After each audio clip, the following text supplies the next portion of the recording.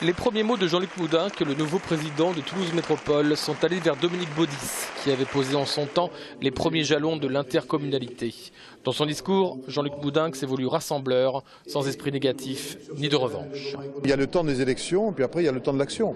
Je ne pense pas que nos concitoyens, lorsqu'ils nous mandatent pour exercer des responsabilités, nous demandent d'être en campagne électorale permanente et d'organiser au sein des assemblées au sein desquelles nous sommes élus des affrontements incessants. J'ai souhaité effectivement travailler avec la totalité des maires de l'agglomération, pas uniquement les maires qui sont mes amis, mais également des maires qui ont des opinions politiques différentes des miennes.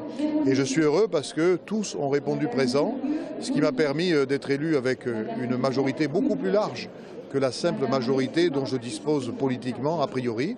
Et je crois que c'est un bon signe parce que ça veut dire qu'on est capable de dépasser ce qui nous sépare pour rechercher l'intérêt général et mettre en place des projets qui vont préparer l'avenir et qui vont surtout servir aux gens, à nos concitoyens. L'opposition a nommé Claude Raynal comme chef de file, un homme de consensus.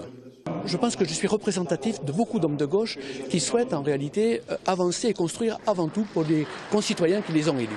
La question qui est majeure, c'est de savoir comment on travaille ensemble, comment on définit les priorités pour cette métropole. Donc il nous faut avancer dans un contexte qui est contraint aujourd'hui financièrement. Il nous faudra faire les bons choix. Tous ensemble, nous espérons que nous participerons totalement et intégralement, en tout cas nous le souhaitons, à ce débat. Les élus des 37 communes qui composent la métropole savent que celle-ci montera en puissance d'ici 2015 malgré des dotations de l'État qui stagneront. Une quadrature du cercle entre les ambitions et la gestion financière, mais un défi semble-t-il relevable.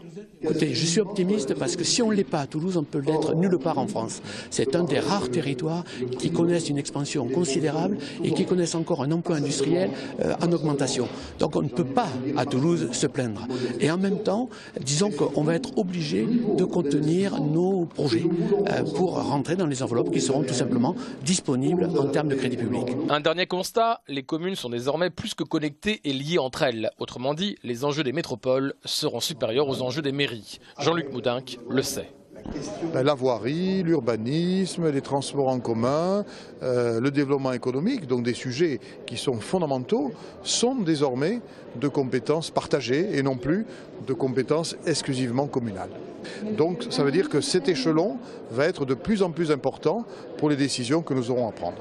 Le maire de Toulouse sera à partir du 1er janvier 2015 le responsable de 714 000 habitants.